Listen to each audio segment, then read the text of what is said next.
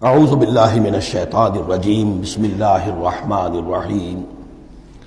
اب اس کے برعکس دیکھیے ترتیب، وَأَمَّا مَنْ بَخِلَ، اعطاء کے مقابلے میں بخل آ گیا، وَاسْتَغْنَىٰ، بے پرواہ ہے، اسے پرواہ ہی نہیں۔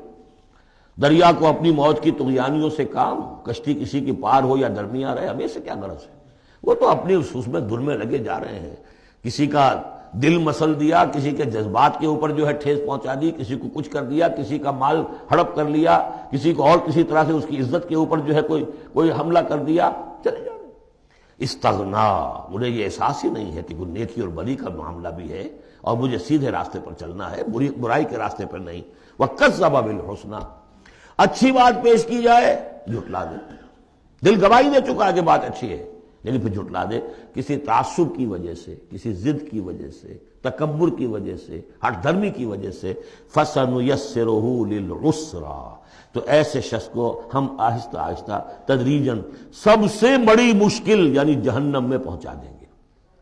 تو یہ گویا کہ اب دو راستے، ان سعیکم لشتیٰ، تمہاری جد و جہد جو ہے زندگانی کی، ان کے یہ دو رخ ہے۔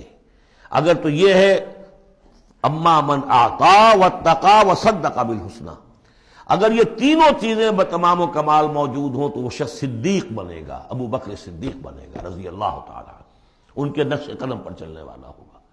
اور اگر ان تینوں میں کوئی چیز کمی ہے تو کہیں بیچ میں لٹک جائے گا، اور تینوں ہی نہیں ہے تو معلوم ہوا کہ وہ بدترین خلائق ہوگا پھر، جس کا کہ سب سے بڑا کردار جو قرآن مجید میں آتا ہے وہ ابو لہب ہے۔ ابو جہل جو ہے وہ بدترین نہیں تھا، اچھی طرح سمجھ لیجئے، وہ تو جب آج ہم پڑھیں گے، جب سورہ علق آئے گی تب اس کے کردار کا نقشہ سامنے آئے گا۔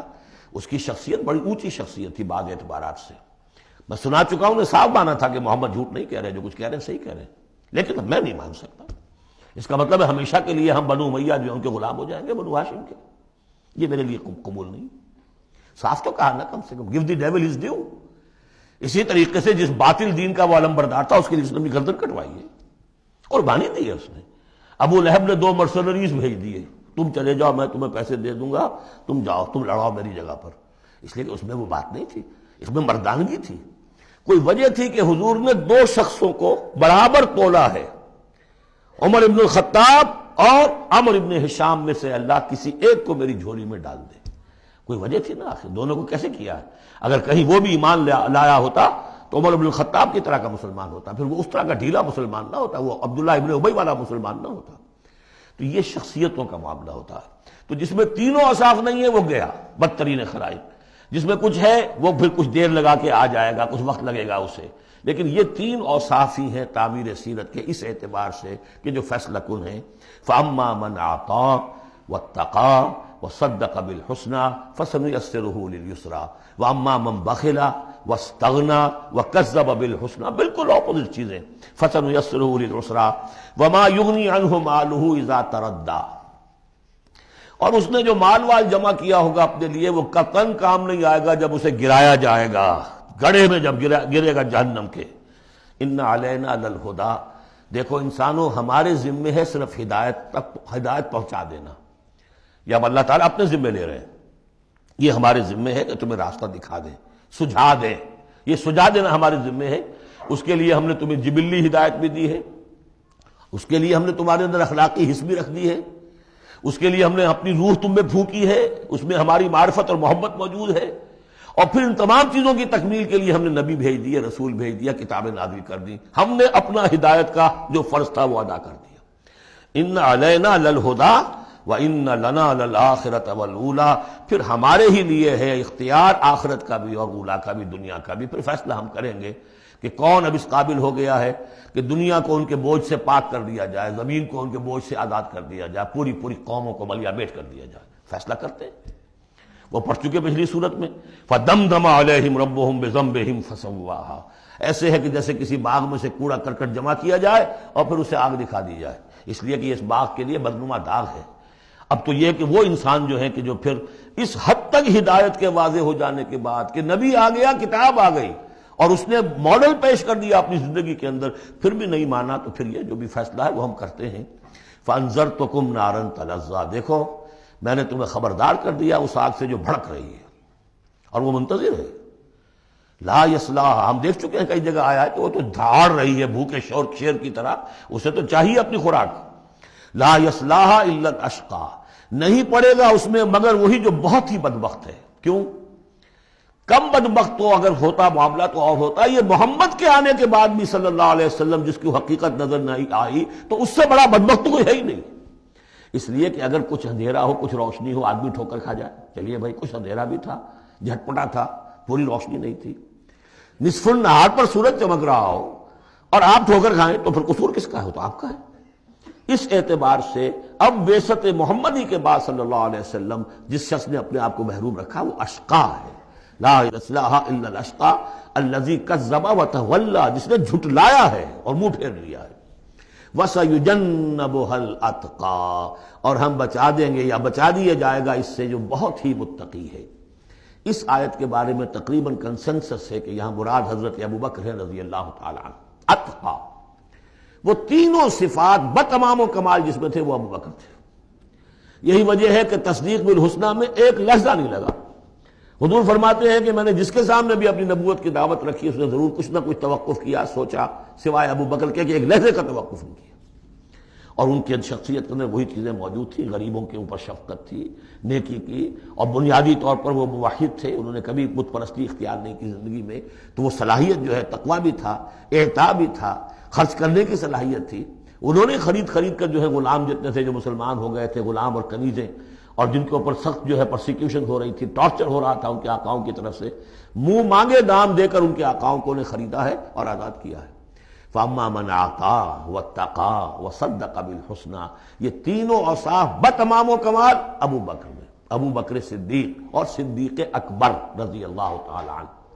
خواتین میں الصدیقۃ الکبریٰ حضرت خدیجہ الکبریٰ رضی اللہ تعالی عنہ. وَسَيُجَنَّبُهَا الْأَتْقَى الَّذِي يُؤْتِي مَالَهُ يَتَزَكَّىٰ، جو اپنا مال دیتا ہے اپنے نفس کو پاک کرنے کے لیے. وہ مال کیوں دے رہا ہے؟ کیوں خرچ کر رہا ہے؟ کیوں بلال کو اس نے خریدا ہے؟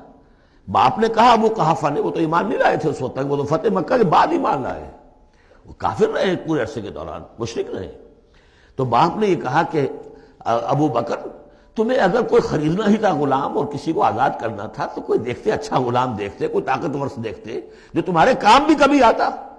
انہیں کیا پتا تھا کہ ابو بکر تو کسی اور چیز کا طلبگار ہے، اسے کچھ اور چاہیے. اسے کوئی یعنی جو شخص کسی غلام کو آزاد کر دیتا تھا وہ اس کا مولا رہتا تھا، پھر بھی وہ ایک درجے میں اس کے تابع ہوتا تھا، اس کی بات سنتا تھا، اس کا حمایتی ہوتا تھا. اخلاقی طور پہ بھی سمجھ میں آ رہا ہے کہ ایک شخص نے اپنی رقم خرچ کی ہے اور آپ کو خرید کے آزاد کر دیا ہے تو اب آپ بے دام جو ہے غلام تو ہو گئے نا اس کے. اس لیے کہ یہ کہ وہ غلامی نہیں ہے، مولا کہلاتے تھے وہ. جیسے کہ حضرت زید ابن حارثہ بھی مولا تھے حضور کے، اور اسی طریقے سے اور بھی بہت سے ہیں جن کے بارے میں آتا ہے کہ انہوں نے جو حدیث روایت کی ہے. ثوبان رضی اللہ تعالیٰ وہ بھی مولا تھے حضور کے، مولا اس معنی میں. تو فرمایا کہ تم نے یہ کیا کیا، کس کو تم نے خریدا اور اتنی بڑی رقم دے دی؟ جو مانگا امیہ ابن خلف نے وہ بھی حیران رہ گیا. ٹھیک ہے لو. الذی یؤتی مالہ یتزکیٰ وما لأحد عندہ من نعمۃ تجزیٰ، اور ایسا نہیں ہے کہ کسی اور کا اس پر کوئی احسان ہو جس کا وہ بدلہ چکا رہا ہو، نہیں. الا ابتغاء وجہ ربہ الاعلیٰ، صرف اپنے بلند و بالا پروردگار کی رضا جوئی کے لیے وہ خرچ کر رہا ہے. وَلَسَوْفَ يَرْضَىٰ، اور وہ ان قریب راضی ہو جائے گا. یہ ان قریب راضی ہو جائے گا کون؟ اللہ بھی راضی ہو جائے گا اور ابو بکر بھی راضی ہو جائیں گے. رضی اللہ عنہ ورضوا عنہ، جیسے ہم خطبے میں بھی کہتے ہیں رضی اللہ تعالی عنہ وارضاہم، اللہ تعالیٰ بھی راضی ہو جائے ان سے اور اللہ ان کو راضی بھی کر دے، ان کو بھی اتنا اجر و ثواب دے. وَلَسَوْفَ يَرْضَىٰ، اور میرے نزدیک یہاں مراد حضرت ابو بکر ہے، اس کا میں ثبوت آپ کو اگلی صورت میں دوں گا. اب دیکھیے پہلی صورت میں آیا تھا قد افلح من زکاہا وقد خاب من دساہا. 8 آیتیں تھیں، وہ تھیں قسموں پر مشتمل، لیکن اصل مضمون کیا تھا؟ نفس انسانی میں نیکی اور بدی کا شعور ودیت کر دیا ہم نے. اب جس نے اس کو بنا لیا، سنوار لیا، وہ کامیاب، جس نے اس کو دبا دیا، مٹی میں دفن کر دیا، وہ ناکام. اگلی صورت میں آگے راستہ بتا دیا. سنوارنے کا راستہ کیا ہے؟ اعطاء، تقوی، تصدیق بالحسنی. ان عادتوں کو کلٹیویٹ کرو اپنے اندر تو یہ راستہ جو ہے تمہارا جائے گا صدیقیت کی طرف اور اللہ تعالیٰ کی رضا کی طرف. اس کے برعکس اوصاف بخل، استغنا، پرواہ نہیں، کیا خیر کیا شر کوئی پرواہ نہیں. اپنی خواہشات کو پورا کرنا ہے، اپنی اشتہا جو ہے اس کے شہوت کو پورا کرنا ہے، حرام سے حلال سے اسے کوئی بحث نہیں۔ اور یہ کہ بات سچی آئی، اچھی آئی اور دل نے گواہی دے دی، پھر بھی اس کو رد کر دیا، تو وہ دوسری منزل پہ نکل جاؤ گے۔